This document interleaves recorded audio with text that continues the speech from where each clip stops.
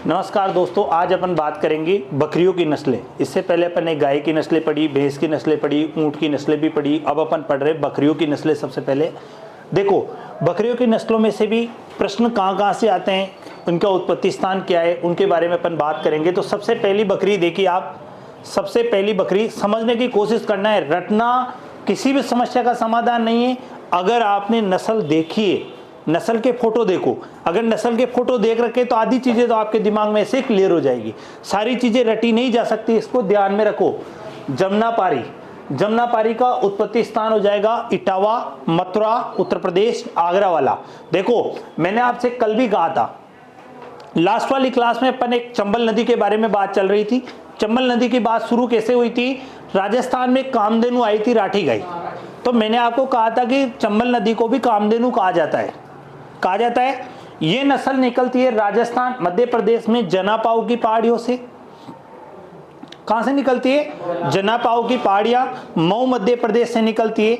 राजस्थान में चौरासीगढ़ चित्तौड़ में ये एंट्री करती है, यानी प्रवेश करती है। 4 बांध बनाती है। तो गांधी सागर जो बांध है वो तो पहले ही बना के आती है मध्य प्रदेश में, मंदसौर के अंदर। फिर उसके बाद राजस्थान में चौरासीगढ़ में आई, आने के बाद चूलिया जलप्रपात बनाती है। क्या बनाती है? चूलिया जलप्रपात।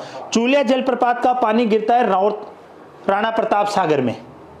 फिर उसके बाद जवाहर सागर, और फिर क्या आता है आपका कोटा बैराज आता है। तो ये राजस्थान में जैसे चित्तौड़ से आई, चित्तौड़ में आने के बाद ये नॉर्मली कोटा में आई, कोटा के बाद बूंदी आएगी, बूंदी के बाद जैसे ये केसरराय पाटन होती हुई सवाई माधोपुर जाएगी। तो केसरराय पाटन का नाम आते केसरराय जी का मंदिर आना चाहिए, जो चंबल नदी के किनारे पे जहाँ काकती पूर्णिमा को मेला लगता है। उसके बाद अपन थोड़ा सा आगे बढ़े तो सवाई माधोपुर पहुंच के, सवाई माधोपुर के बाद आपने पढ़ा होगा सवाई माधोपुर जैसे आप गए तो सवाई माधोपुर में रामेश्वर नामक घाट पर, तो चंबल बनास भी वहां मिलेगी। तो ये नदियां यहाँ पे रामेश्वर घाट बना लेती है। उसके बाद सवाई माधोपुर से चलती है वो नदी तो करौली जाएगी, करौली से जाएगी धौलपुर, और धौलपुर के अंदर यमुना नदी बहती है। और धौलपुर में एक स्थान है इटावा, जिस स्थान पर जाकर चंबल नदी क्या करती है बेटा, मिल जाती है। तो ये यहाँ पे मिलने के पश्चात वो जो क्षेत्र है, देखो इटावा आ गया है, नहीं आया? उसी वही वाला क्षेत्र आ गया जहां पे चंबल नदी जाके मिली। तो इटावा उत्तर प्रदेश पर चंबल नदी जाकर मिलती है, और उसी स्थान पर कौन सी नस्ल का उत्पत्ति स्थान भी वही है, जमुनापारी का। तो अब जब भी जमुनापारी का उत्पत्ति स्थान आएगा, आपको इटावा क्षेत्र याद आएगा या नहीं आएगा? चंबल नदी का अंतिम क्षेत्र भी याद आएगा नहीं आएगा? ये वाला हो गया। अब राजस्थान में मिलेगी कहां पे? अलवर भरतपुर में। मैंने आपको कहा था जो क्षेत्र वहां होगा उसके आसपास वाले क्षेत्रों में मिलेगी। तो उत्पत्ति स्थान आपने पढ़ा था उत्तर प्रदेश, तो उसका वितरण क्षेत्र अलवर भरतपुर होगा या नहीं होगा? अब देखो, और आपने सिर्फ फोटो देखा है, अभी ये कुछ भी नहीं देखा है। तो आप अगर इनमें जैसे बात करेंगे तो इसके कान होते हैं, तो इस नस्ल के जो कान होते थे, देखो ये लंबे हुए होते हैं, लंबे लंबे होते हैं, ऐसे लटके हुए होते हैं। तो घड़ी का पेंडुलम भी ऐसे लटका हुआ होता है, नहीं होता? तो ये देखो कि ये घड़ी का जैसे इसके अंदर आएगा, घड़ी के पेंडुलम जैसे लटकते हुए कान। पिछली टांगों पर लंबे लंबे बाल है या नहीं है? देखो पिछली टांगों पर, तो ये देखो पिछली टांगों पर लंबे लंबे बाल होते हैं। अभी इसका मुंह वाला फोटो है नहीं, लेकिन इसका मुंह होता है बेटा तोते जैसा मुंह। जैसे किसी का नाक होता है तो किसी का नाक बिल्कुल सीधा होता है, लेकिन इसका नाक होता है ऐसे उभरा हुआ होता है। कैसा होता है? उभरा हुआ होता है। जैसे मान लो कोई सा भी आदमी है तो इसका मुंह नाक ऐसा होता है, लेकिन इसका जो नाक होता है वो कैसा होता है? उभरा हुआ नाक होता है, जिसे तोता मुंह कहा जाता है। क्या कहा जाता है? तोता मुंह या रोमन नोज कहा जाता है। ये बकरियों की सबसे सबसे बड़ी होती है, लंबी सबसे बड़ी होती है, सबसे भारी होती है, और ये बकरियों की द्विप्रयोजनीय नस्ल है। कौन सी नस्ल है? द्विप्रयोजनीय, यानी ड्यूअल पर्पज ब्रीड है। ये भी आपको याद रखना है। रोमन नोज हो गया, तोते जैसा मुंह हो गया, डेयरी बकरी हो गया, ग्रामीण बकरी, और बकरियों की सर्वश्रेष्ठ द्विप्रयोजनीय नस्ल भी कौन सी हो जाएगी? यही हो जाएगी। कौन सी नस्ल हो जाएगी बेटा? जमुनापारी हो जाएगी। तो ये चीज भी याद रखना है। तो अगर आपसे पूछे बकरियों की सबसे बड़ी नस्ल कौन सी, सबसे बड़ी, सबसे लंबी, सबसे भारी, बकरियों की सर्वश्रेष्ठ द्विप्रयोजनीय नस्ल भी कौन सी हो जाएगी? जमुनापारी। सर्वश्रेष्ठ ड्यूअल पर्पज ब्रीड हो गई। देखो इस नस्ल को ग्रामीण बकरी भी कहा जाता है। क्या कहा जाता है? ग्रामीण बकरी भी कहा जाता है। और डेयरी बकरी भी इसको कहा जाता है। ये भी चीजें आपको याद रखनी है। ग्रामीण बकरी के नाम से किसे जाना जाता है? जमुनापारी को।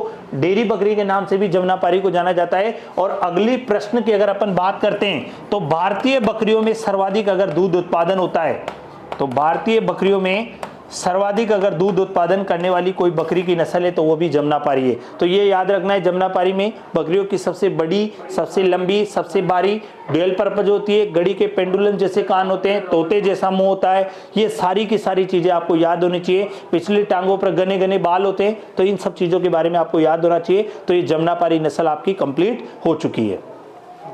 उसके बाद आप आगे देखिए, जमुनापारी के बाद आएगी बारबरी। बारबरी में आपको एक चीज याद रखनी है। सबसे पहले जब मैंने आपको कलर लिखाए थे, रंग लिखाए थे सर्वप्रथम, तो मैंने कहा था कि इस नस्ल का पूरा रंग सफेद होता है। इस नस्ल का पूरा रंग कैसा होता है? सफेद होता है, तथा इसमें कत्थई रंग के छोटे छोटे धब्बे पाए जाते हैं। तो अगर आप देखोगे तो आपको देखो, ये फोटो थोड़ा सा फट रहा होगा, लेकिन आपको देखा होगा कि ये कुछ कलर के कत्थई रंग के बुरे बुरे आपके धब्बे दिख रहे नहीं दिख रहे? और इसके अलावा आपको पूरा रंग सफेद है नहीं है। तो पहला पॉइंट अगर अपन बात करते हैं तो ये वाला पॉइंट अपन को मिल गया है, रंग सफेद होता है तथा कत्थई व लाल रंग के धब्बे शरीर पर पाए जाते हैं। उसके बाद अगर आप देखोगे, इस नस्ल के कान देखो आप, हिरण के समान हमेशा खड़े होते हैं नहीं होते? अलर्ट है हमेशा, तो यानी हिरण जैसे कान है। ऐसे हैं तो आपको बकरियों की सबसे सुंदर नस्ल भी कौन सी है? यही है। शहर में कम जगह चाहिए होती है पालने के लिए, तो यानी कि शहर में भी आप इसको पाल सकते हो, इसलिए शहरी बकरी भी कहा गया। बकरियों की सबसे छोटी नस्ल है। इस नस्ल की प्रमुख विशेषता होती है कि ये 12 से 15 माह में कितनी बार ब्याती है? 2 बार। और हर ब्यात में कितने बच्चे देती है? 2 बार। देखो, सबसे पहली बात तो इतनी सी याद रखो, ये प्रत्येक ब्यात 12 से 15 माह में 2 बार ब्याती है और हर बार कितने बच्चे देती है? 2। यानी हर बार जुड़वा बच्चे देने वाली नस्ल भी कौन सी हो जाएगी? बारबरी हो जाएगी। तो ये बारबरी नस्ल के बारे में आपको पढ़ना था। उत्पत्ति स्थान सोमालिया अफ्रीका, लेकिन अगर राजस्थान में अगर मिलती है मतलब नॉर्मली, तो ये अगर भारत के अंदर तो इटावा उत्तर प्रदेश इनमें पालते हैं, और इटावा उत्तर प्रदेश में अगर ये पालते हैं तो राजस्थान के अलवर भरतपुर में भी इसको लाया जा सकता है। तो इस चीज के बारे में भी आपको ध्यान रखना है। तो देखो, इसमें अपन ने पढ़ा बकरियों की सबसे सुंदर नस्ल हो गई, पूरा रंग सफेद था, कत्थई रंग के छोटे छोटे धब्बे हुए। ये नस्ल शहरी बकरी भी कहलाई। बांधकर पालने हेतु उपयुक्त है। 12 से 15 माह में 2 बार ब्याती है और हर बार कितने बच्चे देती है? 2 बच्चे देती है। और वो कौन सी नस्ल? कान कैसे थे इसके? हिरण के समान कान थे। अगली नस्ल आपके सामने आ चुकी है, बिठल। कौन सी नस्ल है? बिठल नस्ल है। कौन सी नस्ल है? बिठल। तो देखो, ये चीज मान के चलो कि बिठल ऐसे समझो। आप कैसे याद रखोगे इस नस्ल को? याद करने के लिए एक काम करना है आपको। सबसे पहली बात तो है जमुनापारी के, जमुनापारी से इसका रिलेशन है, ये चीज याद रखो। तो ये मान के चलो कि जमुनापारी कहाँ की रहने वाली थी? इटावा उत्तर प्रदेश की रहने वाली थी। ये मान के चलो इटावा उत्तर प्रदेश की रहने वाली थी। अपन ने जमुनापारी बकरी में क्या पढ़ा? बकरियों की सबसे बड़ी, सबसे लंबी, सबसे भारी। ग्रामीण बकरी कहा गया क्योंकि गांव में रहती थी। डेयरी बकरी उसको कहा गया। भारतीय गायों में सर्वाधिक दूध उत्पादन कहा गया। पीछे वाली टांगों पर लंबे लंबे बाल कहा गया। घड़ी के पेंडुलम जैसे कान कहा गया नहीं कहा गया? इन सब चीजों के बारे में अपन ने उसमें पढ़ा। अब ये मान के चलिए कि जमुनापारी का एक बेटा था। जमुनापारी के कितने बेटे थे? एक। और जमुनापारी के बेटे का नाम क्या है बेटा? विट्ठल। जमुनापारी के बेटे का नाम क्या था? विट्ठल था। अब जमुनापारी को अकेला छोड़ गया और ये सन्यासी बन गया। क्या बन गया? गुरु बन गया। यूं मान के चलो, जमुनापारी के बेटे का नाम क्या था? विट्ठल, जो क्या बन गया? गुरु बन गया। और उस जमुनापारी को अकेले छोड़कर क्या गया? चला गया। तो देखो, सबसे पहली बात, अगर ये गुरु बना तो गुरु दाढ़ी रखता है नहीं रखता? और गुरु नर होता है या मादा? नर होता है। तो यानी कि देखो, सबसे पहली बात, नर में दाढ़ी हुई या नहीं हुई? तोता जैसी दिखावट होगी या नहीं होगी? क्योंकि माँ जैसी होगी, उसका बेटा भी वैसा होगा या नहीं होगा? तो ये तोतापरी होगी। जमुनापारी से मिलती जुलती शक्ल होगी या नहीं होगी? और वो क्या बन गया था? गुरु। तो गुरु से हो गया गुरदासपुर पंजाब। गुरु से क्या हो गया? गुरदासपुर पंजाब। और अगर गुरु से गुरदासपुर पंजाब हो गया तो श्री गंगानगर हनुमानगढ़ की सीमा पंजाब से लगती है या नहीं लगती? तो इसका वितरण क्षेत्र भी श्री गंगानगर हनुमानगढ़ हुआ या नहीं हुआ? हो गया। तो ये नस्ल आपके समझ में आई या नहीं आई? आ गई ना। ये चीज याद रखना कि जमुनापारी के बेटे का नाम क्या था? विट्ठल, जो क्या बन गया? गुरु। और गुरु नर होता है या मादा? नर। तो उसने डाडी रख ली। अब उसके डाडी है, उसके डाडी है ना विट्ठल के, तो अब शादी भी डाडी वाले से करेगा वो। तो वो क्या करेगा? नर और मादा जिसमें दोनों में डाडी होगी। अरे भाई आप एक बात बताओ, जमुनापारी का बेटा तो कौन था? विट्ठल। विट्ठल के नर में डाडी है।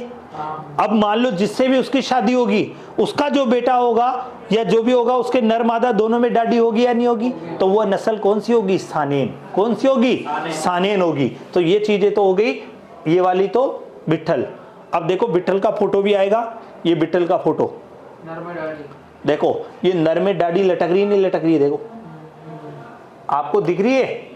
अरे ये डाडी, ये देखो ये डाडी है नहीं है? तो नर में डाडी होगी, वो कौन सा होगा बेटा? विट्ठल होगा। तो ये चीज भी आपको याद रखनी है। उसके बाद आप आ जाइए मारवाड़ी में, अगली नस्ल आ जाइए मारवाड़ी।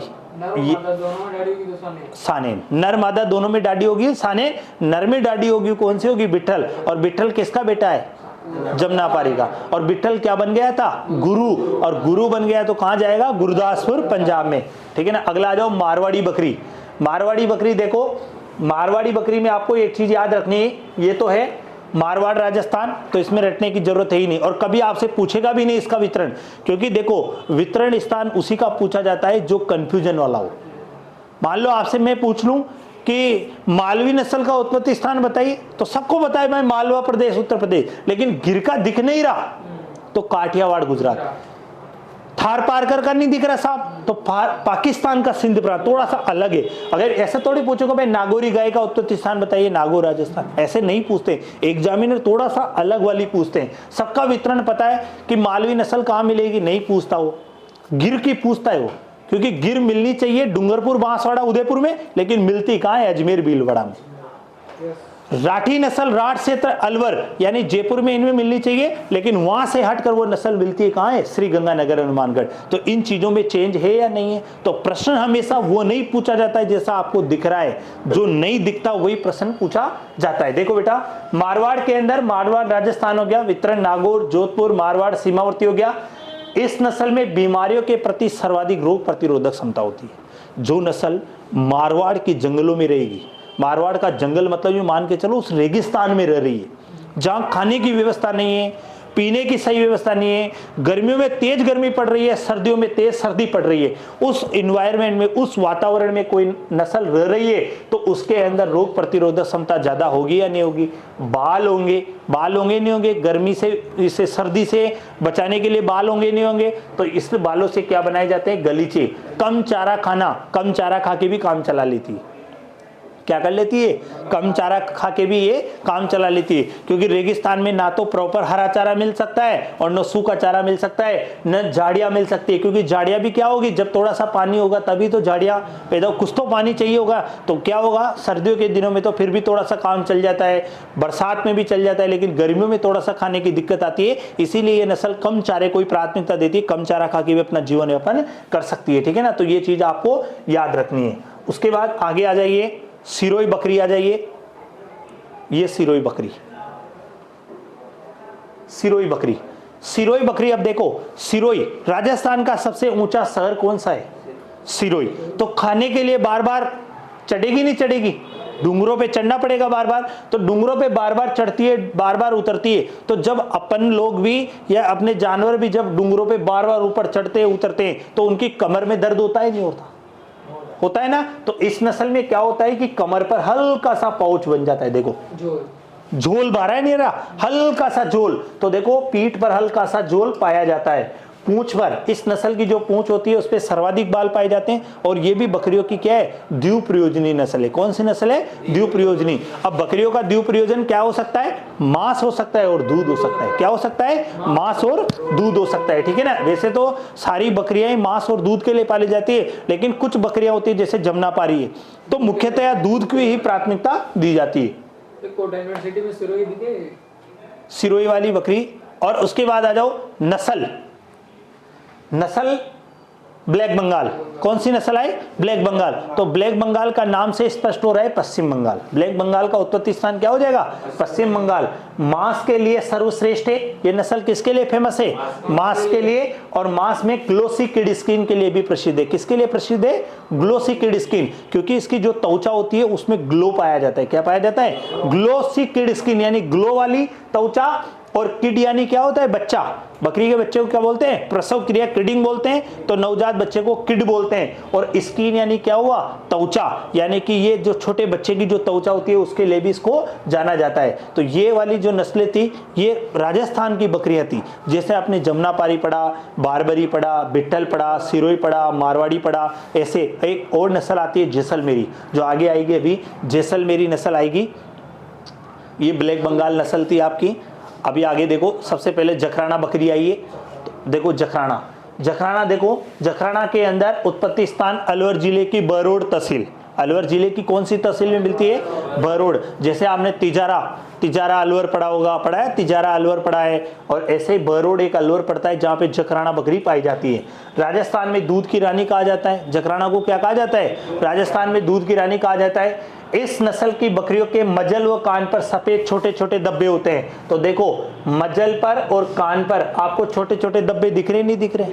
दिख रहे ना? तो अगर आपसे कभी पूछा जाए कि पूरा रंग सफेद और छोटे छोटे ब्राउन रंग के या ग्रे कलर के या चॉकलेट कलर के, कोई कथई कलर के अगर ऐसे पूछा जाए तो आपका आंसर आएगा बारबरी। लेकिन अगर आपसे पूछा जाता है कि ऐसी कौन सी नस्ल है जिसका पूरा रंग काला होता है या और कोई सा भी कलर हो सकता है, लेकिन मुंह और तुथन पर सफेद रंग के धब्बे पाए जाते हैं, तो वो नस्ल कौन सी हो जाएगी? जखराना नस्ल हो जाएगी। तो ये चीज आपको याद रखनी है। एक जैसलमेरी बकरी भी होती है, जैसलमेरी बकरी, लेकिन ये पाई बहुत कम जाती है। जैसलमेर राजस्थान में मारवाड़ी से मिलती जुलती होती है, तो वो आपके ज्यादा है नहीं, उसके बारे में अपन बात नहीं करेंगे। अगला देखो, टोगन वर्ग बकरी। ये विदेशी बकरियां हैं। कई बार प्रश्न आ जाता है निम्न में से कौन सी विदेशी बकरी है? निम्न में से कौन सी विदेशी बकरी नहीं है? जैसे टोगन वर्ग आएगा, सानेन आएगा, एंग्लो न्यूबियन आएगा, तो ये सारी विदेशी बकरियां हैं। ठीक है ना? तो टोगन वर्ग बकरी मिल्क चैंपियन के नाम से जानते हैं, क्योंकि दूध उत्पादन तो करती है लेकिन दूध उत्पादन थोड़ा सा लंबे समय तक भी करती है, इसलिए मिल्क चैंपियन।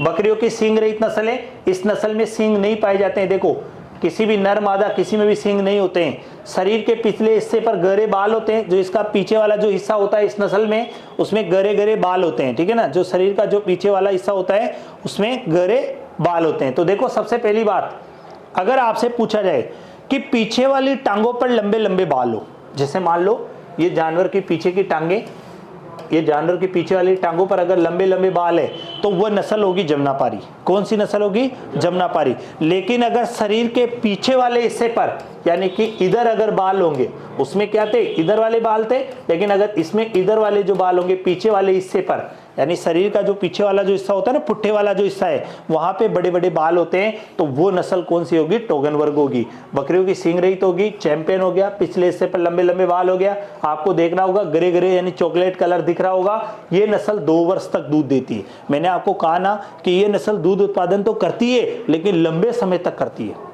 कितने समय तक करती है? लंबे समय तक करती है। ये दूध उत्पादन 5 से 6 लीटर भी प्रतिदिन तक दे सकती है। कितना दे सकती है? 5 से 6 लीटर। इसीलिए इसको क्या कहा गया? Milk champion. दूध उत्पादन भी ज्यादा किया और लंबे समय तक भी किया, इसीलिए इसको मिल्क चैंपियन भी कहा गया। उसके बाद आप आगे देखिए, आगे सानेन। सानेन में मैंने आपको बताया उत्पत्ति स्थान स्विट्जरलैंड।